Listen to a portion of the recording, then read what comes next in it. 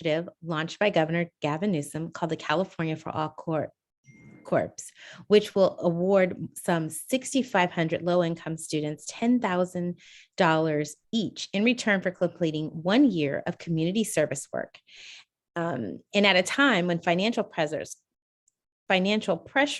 have forced many students to drive an Uber to work or to, work at a local mall to offset college costs, this groundbreaking program allows them to pursue programs dedicated to climate change, K-12 education, or COVID recovery while serving in their own communities.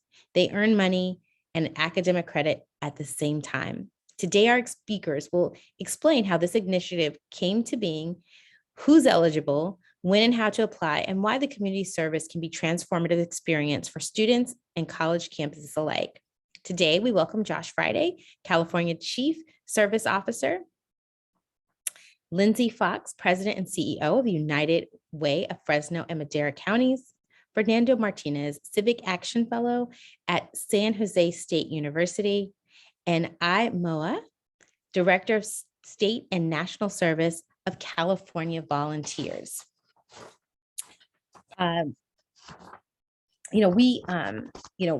We'll look at these expanded bios later in this call today, in the conference call.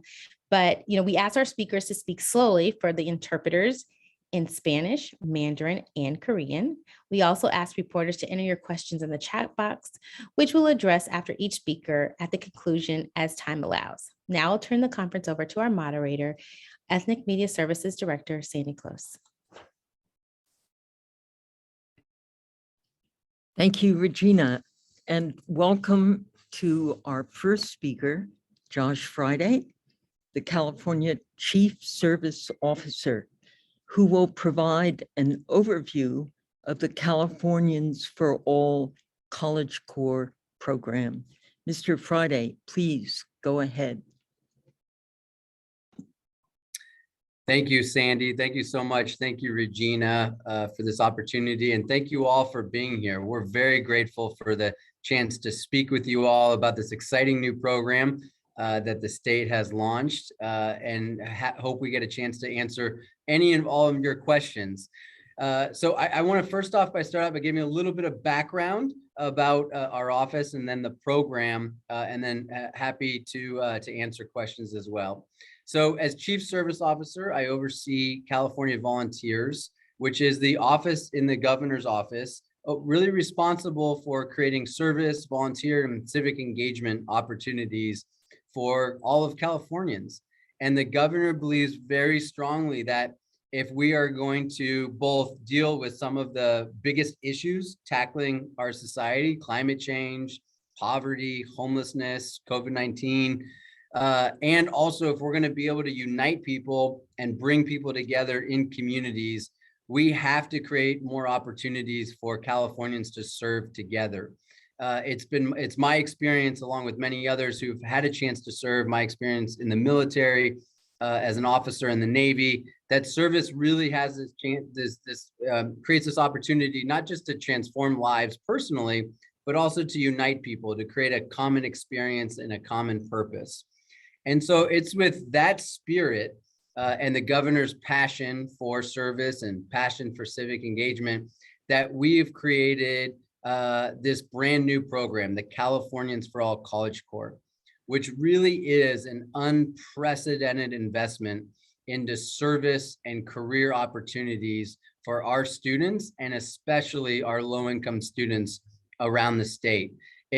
We are really creating with this program debt-free pathways for our low-income students to graduate, and not just to graduate with less debt, but also to graduate with professional skills and professional networks that they wouldn't otherwise have available to them.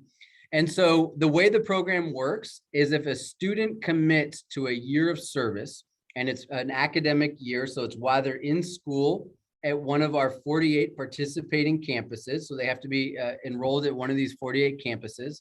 If they commit to a year of service of doing 450 hours, they will receive $10,000 to put towards their education, to pay for school, to pay for everything from tuition to rent, to books, to food, and any of their basic necessities. And that $10,000 is really important because that's the gap that a lot of all Pell Grant students in California have to come up with by either taking out loans, so they have to go into debt, student debt, which we know is a crisis that's saddling and crippling many of our young people today, or they have to work, and they have to work at a job that may take away their focus from school and from graduating on time. And so we've created this program with the goal of helping students stay in school, graduate on time, graduate with less debt, but also benefiting the community in really significant ways. And our students across the state are going to be focused in 3 main areas serving in their community. One is around climate action. And so we're going to see students that are going to be doing everything from planting trees to helping compost and help with food recovery, to helping with fire mitigation across the state. We're also going to be seeing our students and our young people focus on food insecurity, which we know has drastically increased during COVID over the last couple of years, is continuing to increase as we see ongoing inflation. And one of the biggest needs that food banks have is for volunteers, is for the capacity to support communities. And these young people are going to be fulfilling a really important need at our food banks and around food insecurity. And then the last is, we know that coming out of COVID, our young people, our young people, especially in our low-income schools, are facing increased education disparities with COVID, with learning loss as a result of COVID. And so many of these students, the College Course students, are going to be tutors and mentors in our low-income schools. So our students are going to be providing very meaningful service for our community in a way that we hope lifts our entire state. And so we really see this program as being a win-win-win. It's a win for students for everything that they're going to receive. It's a win for the community who's going to have the benefit of this meaningful service. And it's a win for all of society, because we're going to have a generation of young people now graduating that will have the experience and the understanding of what it means to come together with people from very different backgrounds and very different perspectives to solve problems together. And so we're very excited about this program. And the place that we are at now is recruiting. So we've built this opportunity, we've created this opportunity, and now we need to get the word out. And we want to make sure that every student that's eligible and wants to do the program applies for it for at their schools. And one of the really important things that I want to mention and focus on, and you'll hear about today, that we've been able to do with this particular program, which is really unprecedented around the country and in California, is for the very first time, we are able to include and allow to participate in a state-funded service program our dreamers, our AB 540 California Dream Act students. Historically, service programs like AmeriCorps, because they're federally funded, actually exclude and don't allow dreamers to participate. So they're not given this opportunity to serve in their community and get paid for it and receive a scholarship for college. With the Californians for All College Corps, because of the governor's commitment and the legislature's commitment, we are able to include dreamers in this service opportunity for the first time. And we're very, very proud about creating that opportunity. So our hope is with this program that we are dealing with the student debt crisis that is facing our nation, that we're dealing with the division and the isolation and the disconnectedness that is affecting our democracy here, and that we're just beginning. We very much hope, and the governor said this when he initially announced the program, that our intention is to ultimately scale this program to more students, more universities, and hopefully be something that becomes a model for the entire country. So now our job is to get this word out to young people and to parents, to make sure they know that the opportunity is there, and to have them sign up so that we can start to get to work and start helping our communities.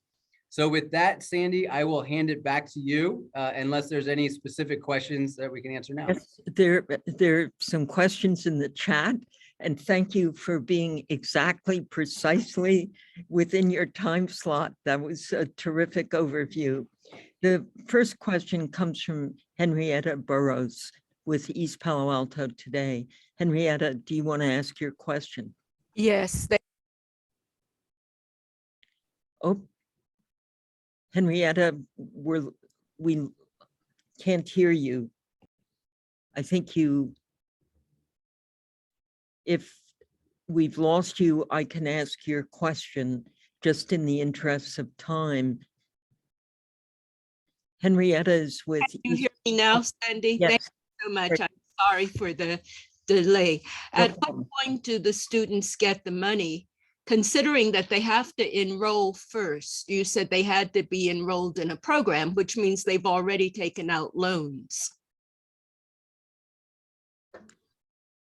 Very So practical question, Josh. Yeah, I'm not sure I totally understood the question, so let me know if I don't answer your question. But the way the program works is, and we designed this specifically again to make sure that students can stay focused on graduating on time and stay focused on their studies, is that they have to do 450 hours over an academic year, which works out to about 15 hours a week, and that's from direction that we got from UC and CSU leadership. To make sure that students had enough time to also stay focused on their studies. And they will receive a $7,000 stipend throughout the academic year. So just like if they had a job, they'll receive a paycheck from the university. And then when they finish the program, at the end of their 450 hours, they'll receive a $3,000 scholarship for their service, which is why the whole entire program is $10,000.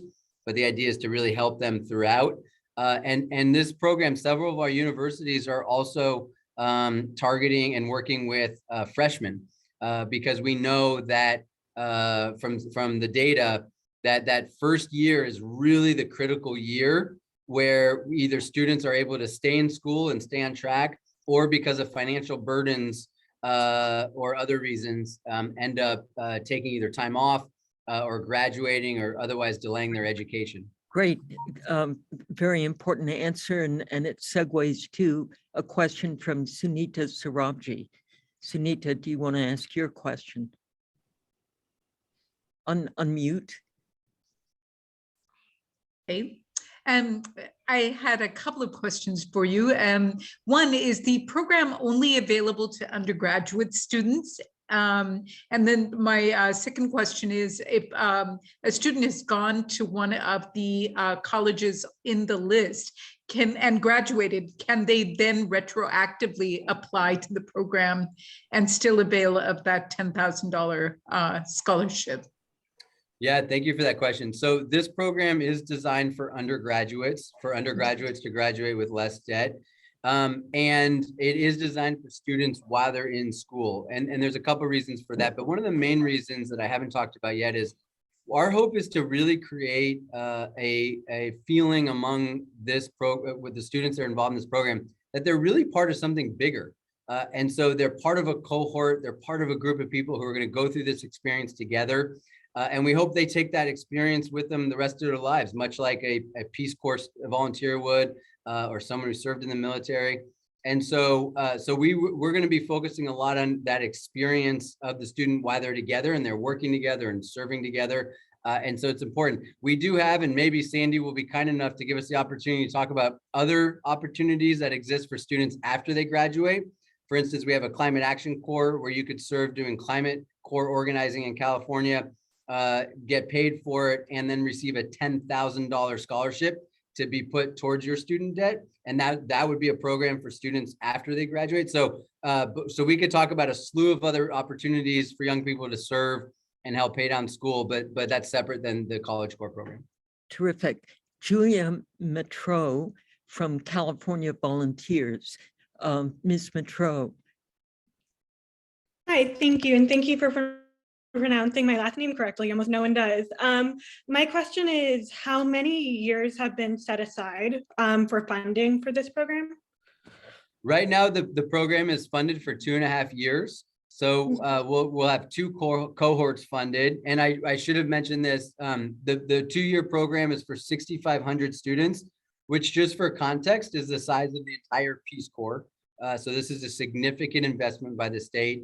And the governor was very clear when he announced the program initially in January that his intention is to have this program be sustainable and be scaled over time and become a model for the nation.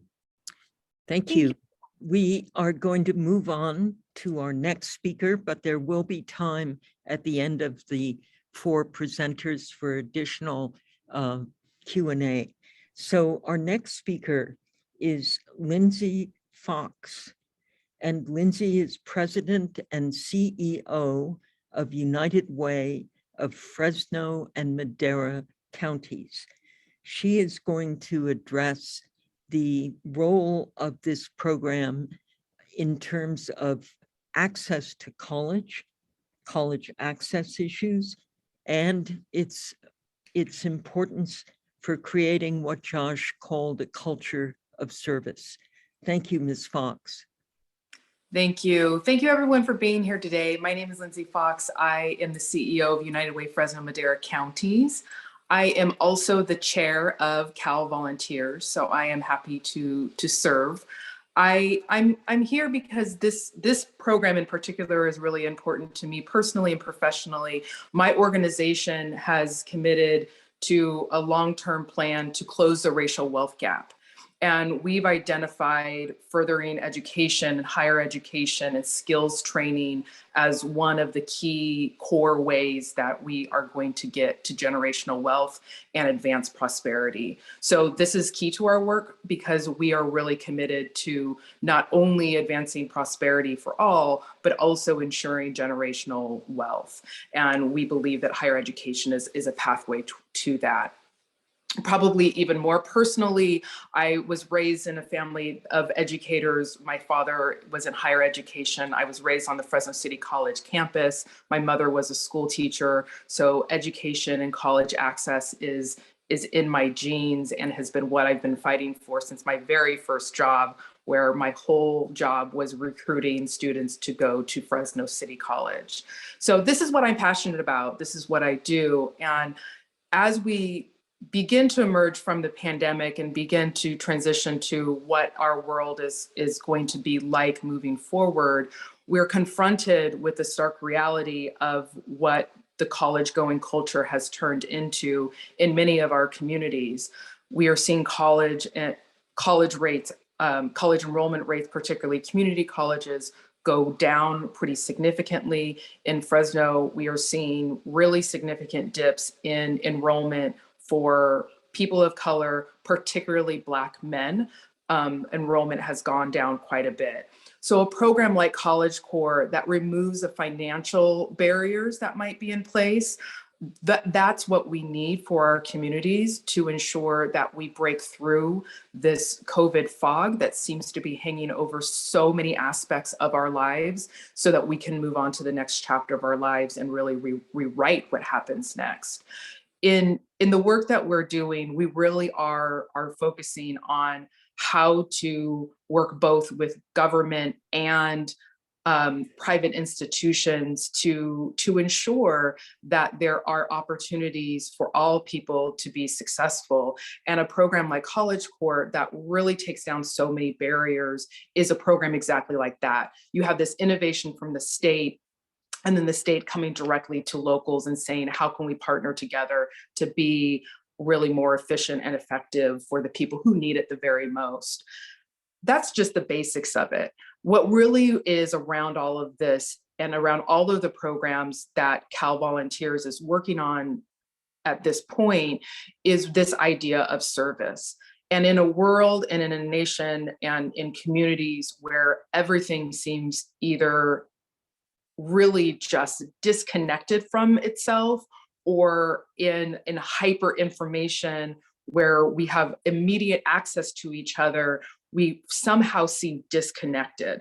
Somehow we've become more disconnected the more connection that we have through things like Zoom and social media. And it's that very reason that we need service programs, because we really have to come back to the humanity of who we are and why we were put on this earth, quite frankly. And it is not to be in service of ourselves, but it's to be in service of others. It is only in service of others that we find the greatest version of ourselves. And we get an additional benefit in just creating better community service. So for a nonprofit organization like United Way, we very much function on the whole idea of service. And many of our programs function completely on service, and we rely on the community to come in and help. And so without that, we don't have food banks. We don't have our free tax prep program. There are so many pieces that come together within the community that tend to be kind of invisible, but they are absolutely critical to keeping our community tied closely together, both individually in a one-on-one basis, and also just as a community as a whole. So that's why I'm here. That's why I do the work that I do. That's why I'm committed to Cal Volunteers. And I'm really excited that you all are here today. And thank you for taking the time to hear more about the program. Thank you, Ms. Fox. One key question around the idea of service. We just got through the pandemic. We acknowledged for the first time the critical role of essential workers, many of whom are caregivers. What is it that you think, why is it that we have devalued work that involves direct service? And do you see this program as a way of challenging that sort of devaluing of work that involves service? Is this a way to get us to expand our thinking about the value of service as work? I absolutely think that it is. I think it's a huge opportunity for us to do exactly that. I don't quite know what's happening, Sandy, when this whole, like, why we don't value frontline workers or essential workers.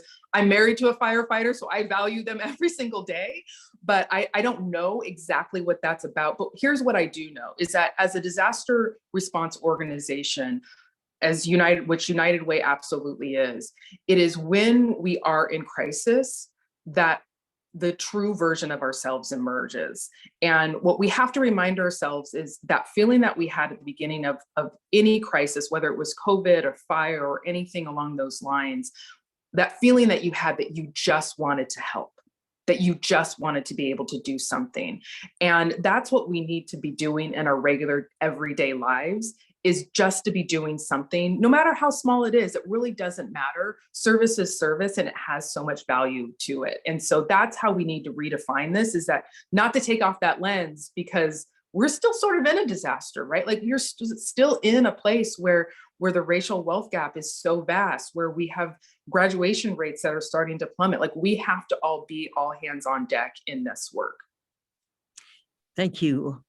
We have a very important question in the chat, which either you or Josh could answer, and that is, in evaluating the applications, which I think is done at each of the participating colleges, but is it first come, first served, or do you wait till all the applications are in? Could anyone explain? I'll let Josh answer that. Okay, Josh. Yeah, so for the students applying, they apply through their university. And my understanding is that most universities are going to be accepting all the applications and then going through an interview process with each of the students and deciding at that point.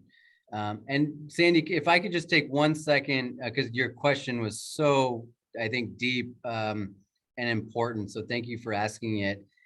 Your question is why we think this program is so important.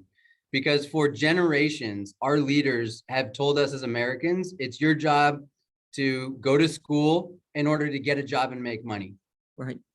For generations. I was in college when 9/11 happened, and our leaders after 9/11 told us to go shopping, to buy into our consumer society.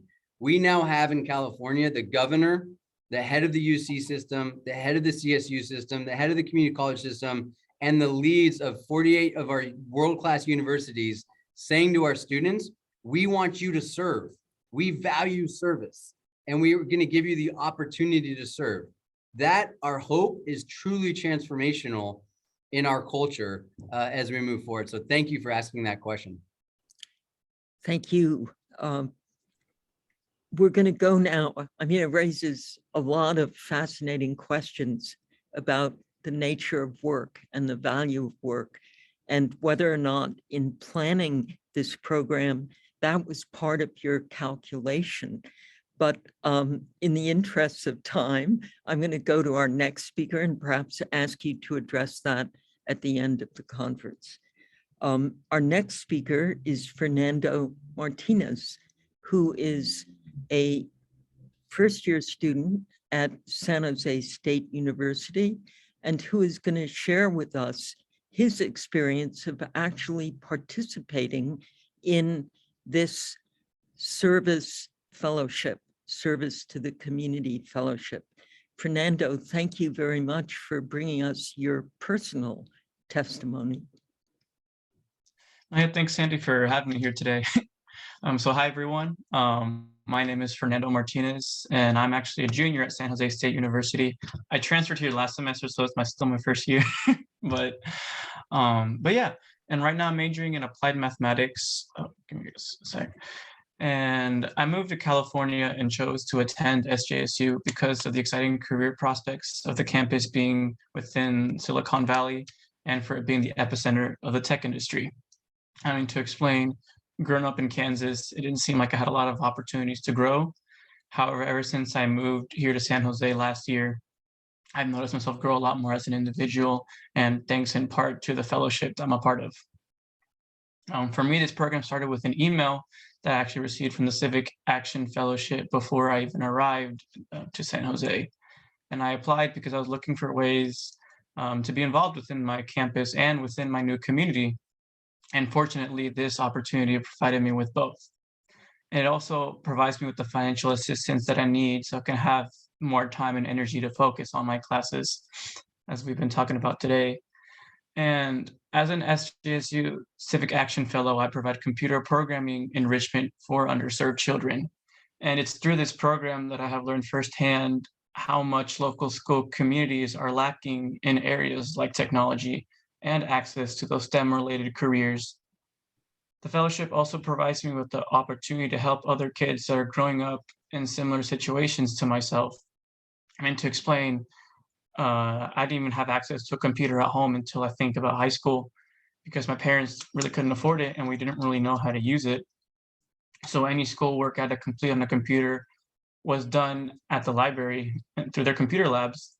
So overall, finance and technology was not a focus of my childhood.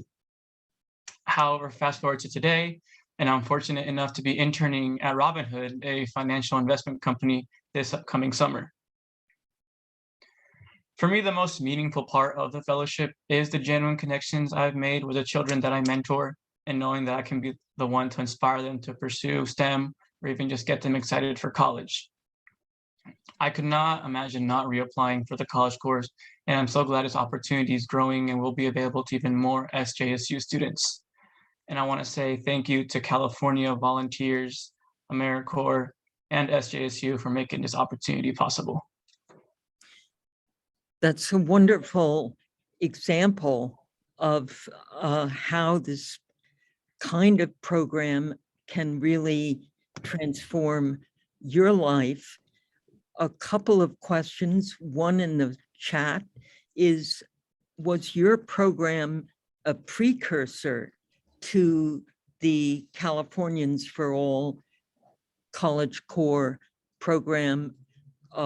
Was it under AmeriCorps or California Volunteers, or are you an example of somebody who just sort of had a head start with this program? To my understanding, so like we've recently rebranded it, like so we were known as the Civic Action Fellowship, and now we're going to be part of the College Corps. Josh has mentioned how like each campus is going to be a little bit different. Ours from the very beginning was focusing on computer programming enrichment. And I mean, I came across it just like through that email last year, and I just thought like an awesome program to take part of. And so I just kind of went for it, and I have no regrets whatsoever. Sandy, I'll say that Fernando's example is why the governor and the legislature had so much confidence in expanding this program. So the Civic Action Fellows program started with 8 universities in California as really a pilot program. And San Jose State was one of those initial organizations, initial universities that we started with. And because of the success of that program, because of the success of students like Fernando, we have now scaled it to the 48 campuses and the 6,500 students that are going to be able to participate now. Thank you. Great. And another question from the chat is, can international students apply for this program? Do you want to answer that, Josh? Yeah, so right now, it's only for students who are eligible for financial aid. Is one of the requirements. So our understanding is that probably makes most international students ineligible. A question for Mr. Martinez. How do you think you've affected the lives of the students you've worked with? Can you give an example? Yeah, so the way it works, it's with the classroom setting, right? So when I'm with the meeting with the students once a week, we're all paired up, we're known as fellows, and we all have about 1 to 2 students. So I've had my students for about a year now, considering last semester and this semester. And I mean, going in, there were just some simple functions they couldn't even like do on the computers, like copy and pasting. And now they're like being more versatile, understanding how to use those their computer. And then once we start making those computer projects on the computer languaging of Scratch, which we use, it's really kid friendly, which I really enjoy.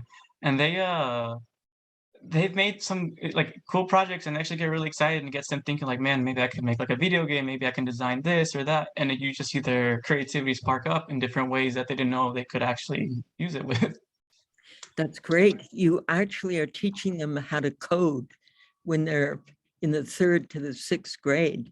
That is so impressive. No, it's really exciting. And it gets me excited because I remember when I was in 3rd grade, I didn't even know what coding meant or like what. I just knew it was computers, but what does that even mean? Do you ever hear from the teachers about maybe wanting to sit in and take your tutoring as well? I could see it would be very appealing. As far as I have heard, no, I've mainly just interacted with my students between this semester and last semester. And since it's virtual, it's just me and them just on the Zoom call mainly. Great. Well, we have a question from Diana Martinez with the San Fernando Valley Sun. Diana, do you want to ask your question?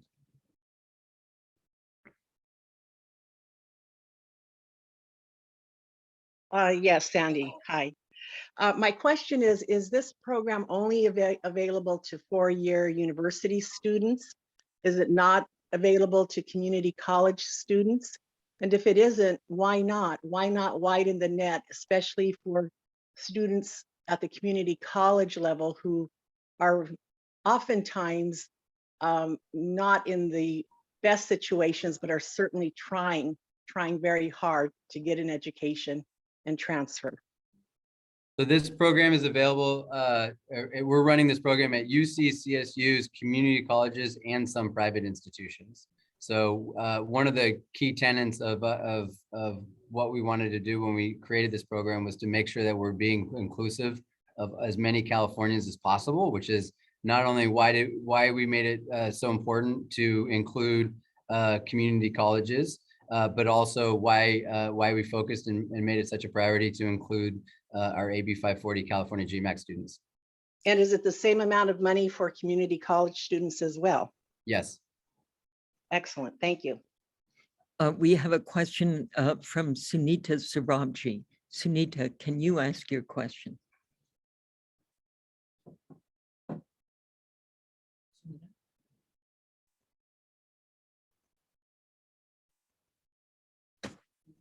Sunita, maybe this is a communication glitch. So Sunita, please enter your question in the chat and I'll come back to you.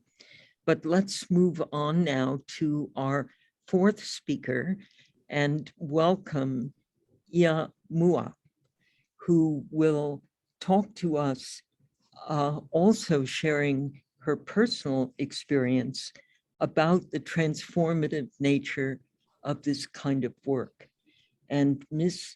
Mua is the Director of State and National Service for California Volunteers.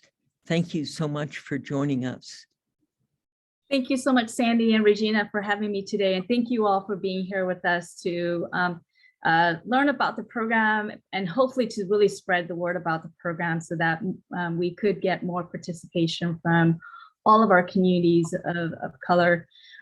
So it is wonderful to be a part of this roundtable to talk about service and to reflect on why a program like College Corps is so important and why it can be so transformative for college students. I had an opportunity to serve in a program that was not based at the university, but it was while I was an undergraduate college student. And having lived through that experience, I believe that everyone should have the opportunity to sign up and be part of a program like College Corps.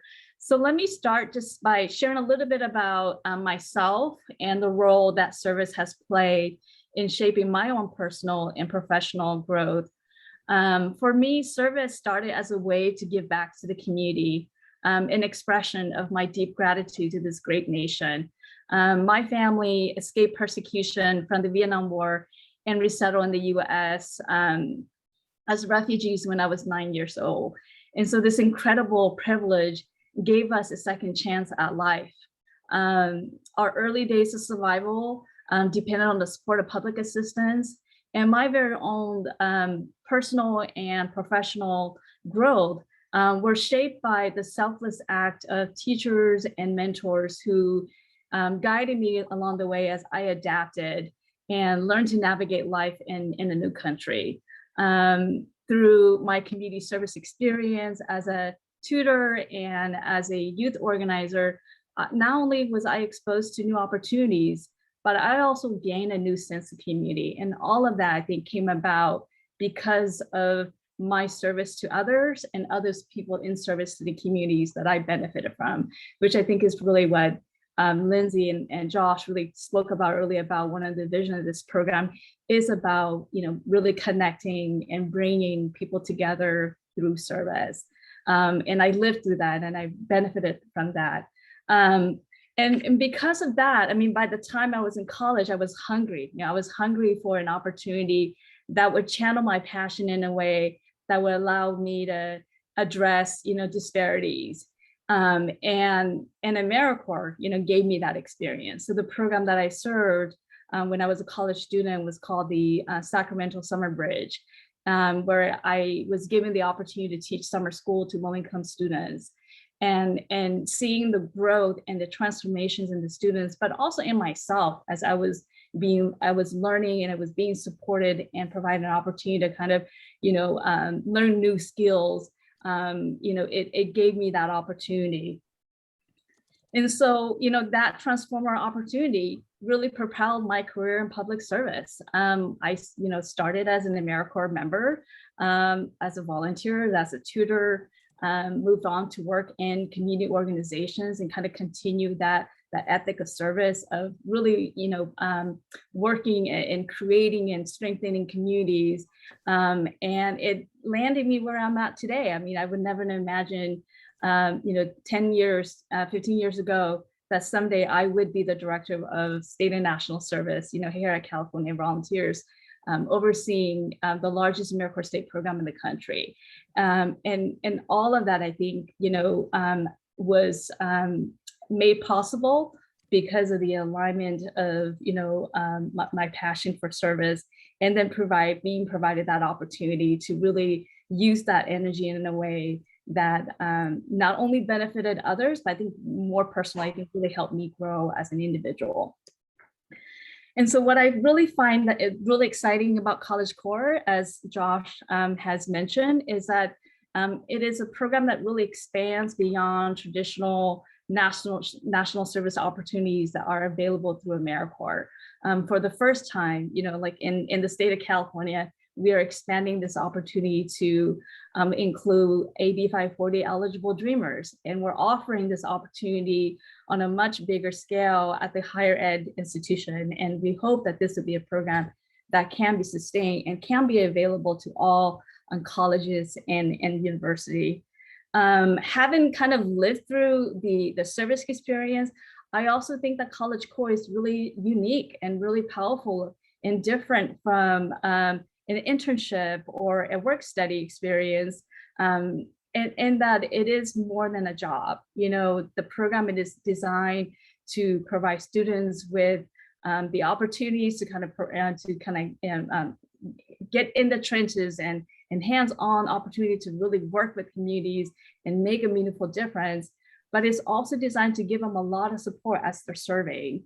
And, you know, it strengthens, you know, pathways to education, to employment, and the training and the leadership and the opportunities for them to be able to network, you know, will really give them kind of lifelong lessons and support and, you know, civic engagement that we believe will live beyond, you know, the experience that they have as part of College Board.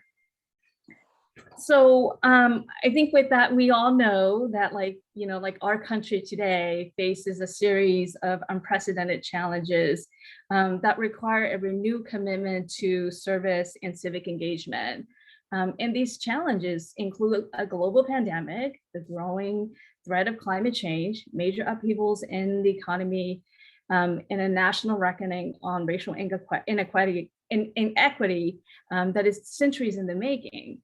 And I believe that with that, like, the launch of College Core cannot be more timely. It is an opportunity for us to really tap the energy and talents of college students to not only meet some of our most pressing problems, but it is going to help us create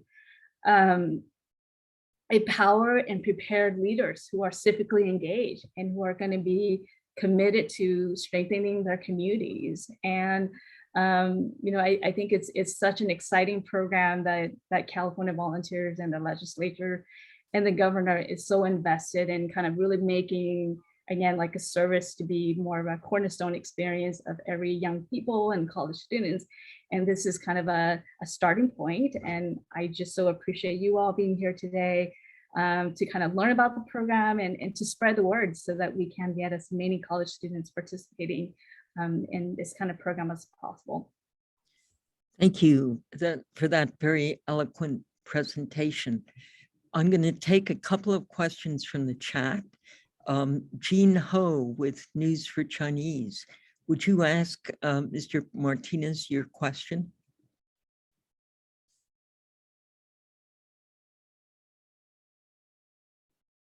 Okay, thank you.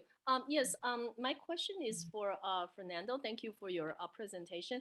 I was just a little bit curious because you mentioned that the work that you did to satisfy the fellowship was the computer programming enrichment. Was that something that you designed yourself? You came up with that idea, or was it a list of work that you get to choose from, like what you do?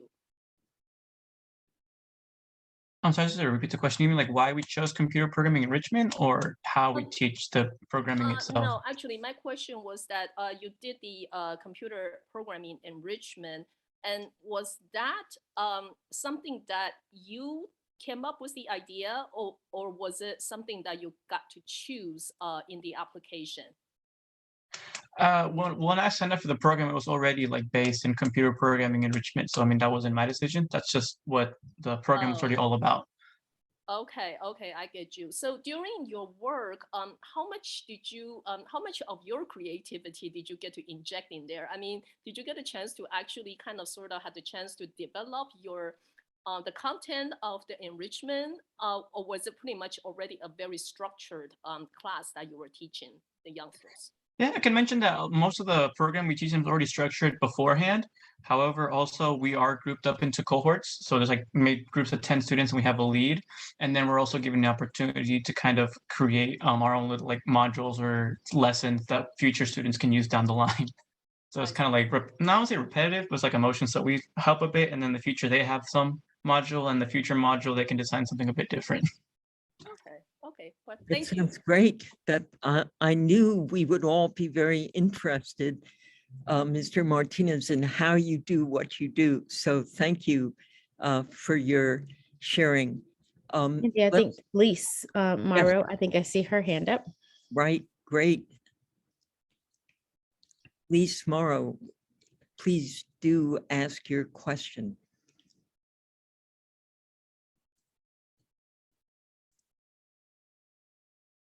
Oh, Sorry, how do you spell Morrow? How do you spell Lise? Let's make sure we can unmute you, Talise, and let's go to another Oh, I see. question. Have you got it? Okay. Talise, see if you can ask your question. Great. Hi, thank you for the opportunity to ask a question. This program sounds really, really interesting and cool. I wish we knew a little bit more about it early on, because out here in the Inland Empire, they do a community Black grad, and it's about 700 high school students that will be participating in this Black graduation. And to have had information either in our publications or flyers of some sort to potentially pass out and have, that's about 3,500 persons that will be able to see this information and apply.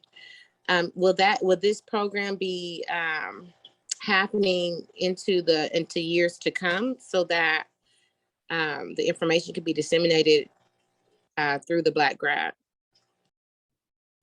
Yes. So again, we're recruiting now, so we still have the opportunity to let people know about the program now, and we hope that you can all help us do that. And then we also will be having a program next year as well. So we'll have again a chance to bring a whole new cohort of young people into the program next year as well, and then hopefully in years beyond.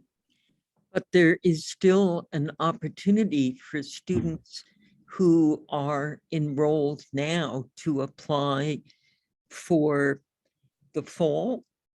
Yes. Yeah, so I think everything we do to promote this will generate applications that could actually see acceptance in the program in 2022.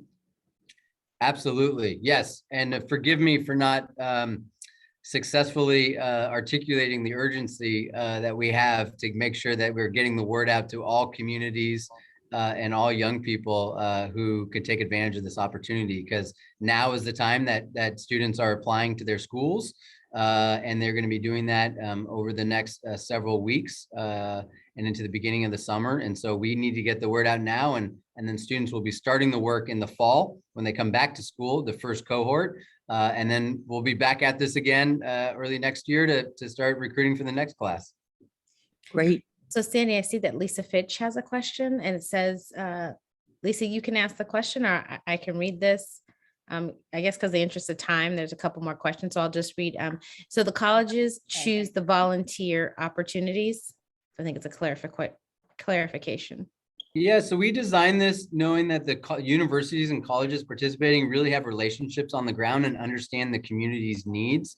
And so they will be working with the nonprofits and the local governments where the students will be doing their service and selecting those opportunities. And then also, and this is an important part of the program, supervising and the experience to make sure that the students actually have a really meaningful experience and are doing really meaningful work throughout their year. Great. And we have two more questions in the chat. And then if I can, let's ask each of our speakers a specific question. So Jean Ho. I was going to tell you, you have Wallace also and Sue with their hands raised as well. Oh, terrific. I may have missed that. Thank you. So we have 4 questions. We'll have to go quickly. Jean Ho, and I'll just ask it for you, Jean. How were the campuses selected? How were the 48 campuses selected? They applied and were selected through a competitive process. Okay. And then Mark Hedin, do you want to ask your question, Mark?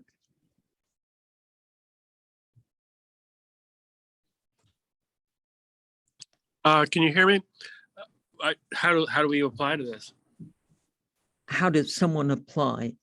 Students can apply either by going to cacollegecorps.com and finding the applications from each of the individual participating universities, or they can apply directly through their university. Thank you. Great. And so we're encouraging students to reach out to their counselors who will have information on how to apply. Sue Narayan, will you ask your question? How long has this program been in existence? This is the first cohort. This is an exciting time because we're just launching this program, brand new program. The first cohort for College Corps will be starting this fall. And that's what we're recruiting for now. And for those who do want to apply, we also have the link in the chat to send for young people to see how they can apply as well. Great. And Mr. Wallace Allen, can you ask your question?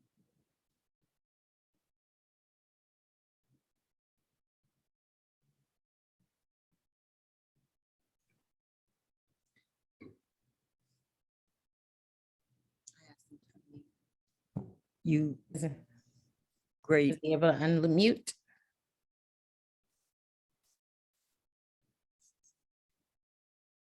Okay. All right. Okay, I'm unmuted. Oh, now you are. Okay, I'm sorry.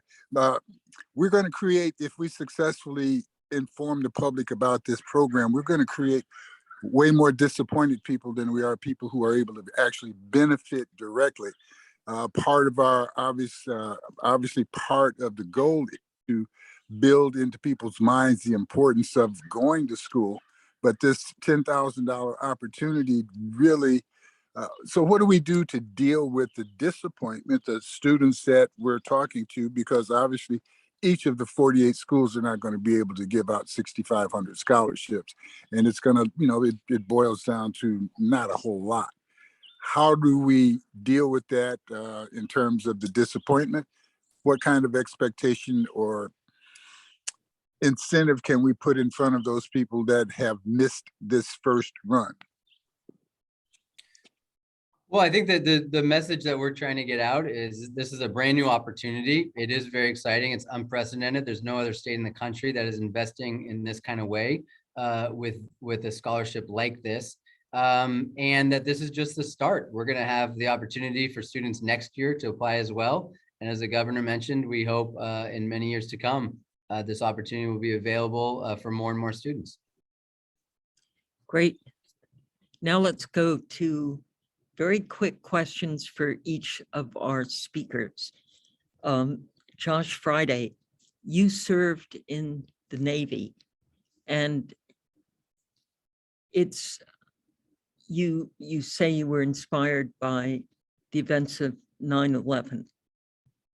How would you equate the idea of service in the military with service in the community through this program? Because the military, as one of our colleagues said, is one of the primary ways we do recognize the value of service. Now we're promoting service in the community. Is there a link? How would you link that? Yeah, thank you for that question. I think the link is that in our country, we need everyone to serve in order for our democracy to work, in order for our democracy to thrive. And I had the opportunity after 9/11 to serve in our military because that was a place that I felt our country needed me and needed people to serve. But as you've heard before, we're facing an existential climate crisis right now. We're facing growing racial and economic and educational inequality. We're facing mind-boggling food insecurity. And those are things happening in our country now.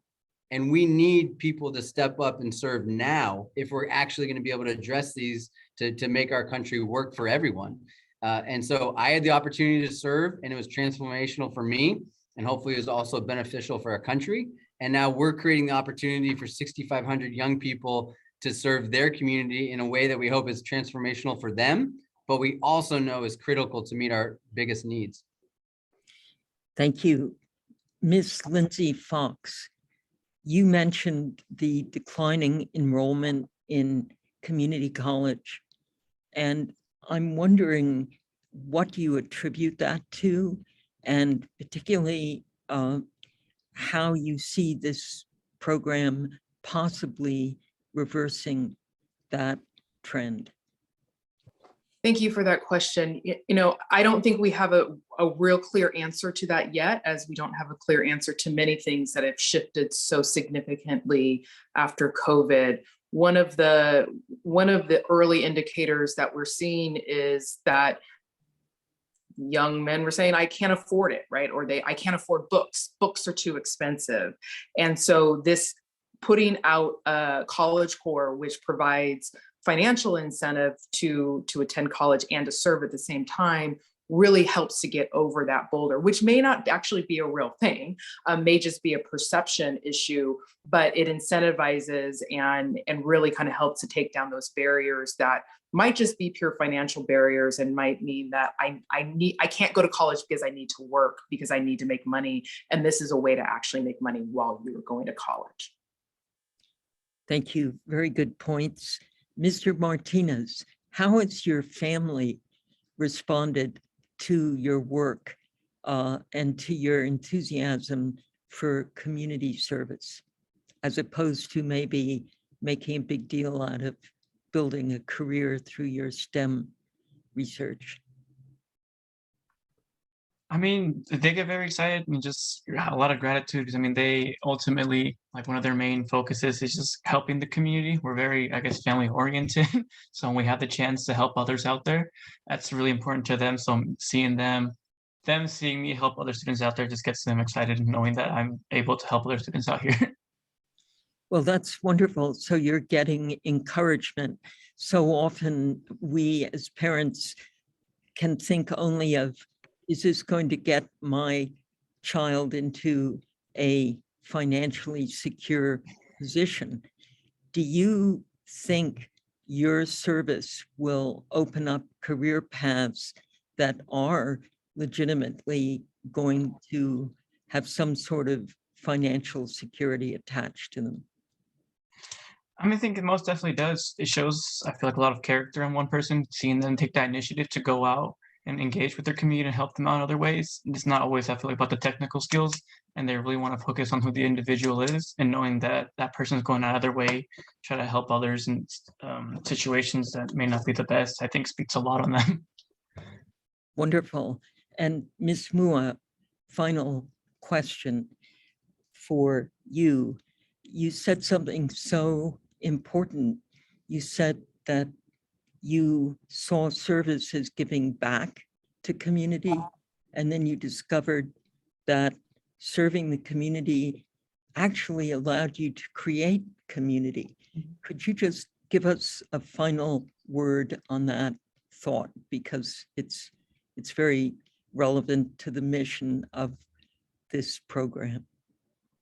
Yeah, I think that what is so powerful about service is that it gives an opportunity to really bring people from all backgrounds together. And for someone who, I think my experience, which is so poignant, as someone who in some way was relocated from a very different country and knew that I had to somehow like figure out how to navigate and feel feel belong. So that sense of feeling belong, right?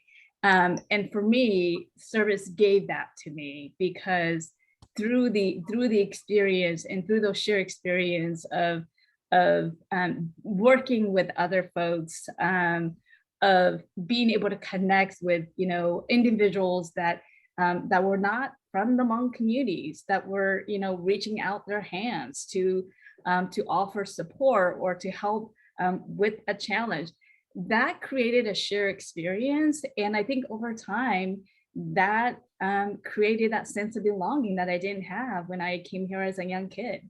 And I think that one of the really poignant experience that when I look back, there was a moment in time in my life where, as someone who did not speak English as a primary language, that I was always constantly like translating in my head, right? Or was always thinking of my identity as kind of like Hmong being first. And at some point, there was some point in my life, because of the sheer experience of being able to serve, of being able to connect and be with others through a common goal. All of those experience, I think over time built my identity, and somewhere along the way, I just discovered, like, before you know it, like, I was such a proud American. You know, I was really, really proud Hmong American, and you forget, like, that you just recall that your identity is no different than other, and that share relationship. And so I think that service really bring us together. I think the act of just bringing us together in common mission, bringing us together for something that is greater than ourselves. That creates and that builds connections, and there's no more powerful experience. And I think that service to others and the act of giving. Thank you. We have one last burning question from one of our reporters. If you'll just stay on, let's take Wallace Allen. Your hand is up, and I don't want to close us out before we hear what you need to ask.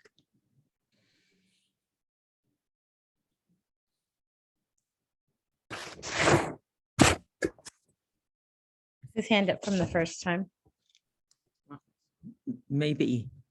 Good. Okay. All right. So all yours. All right. Well, if he has another question, I'm sure he'll call me directly off on my cell in a minute. But anyway, you know what? I just wanted to thank everybody taking the time out, coming. Thank you for being a part of this campaign. Thank you for sharing with us all of this information, and to all of the reporters and journalists. What I messed up saying earlier is that we will send expanded bios for all the attendees along with the video.